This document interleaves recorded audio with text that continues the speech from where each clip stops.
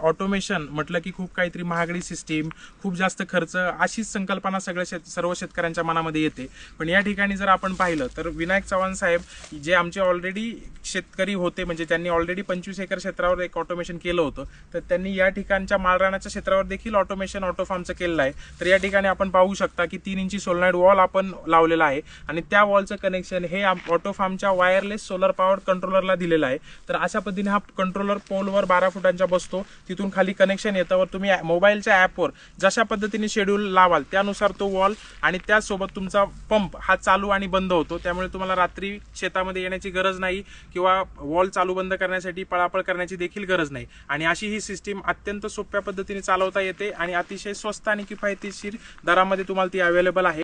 सेंट्रलायझेशन करण्याची त्यांना गरज पडणार नाही व पूर्ण शेतामध्ये वायर देखील फिरवण्याची गरज पडणार. तुम्हाला जरी शेतकरी बांधवांनो अशा पद्धतीने ऑटोमेशन सिस्टीम जर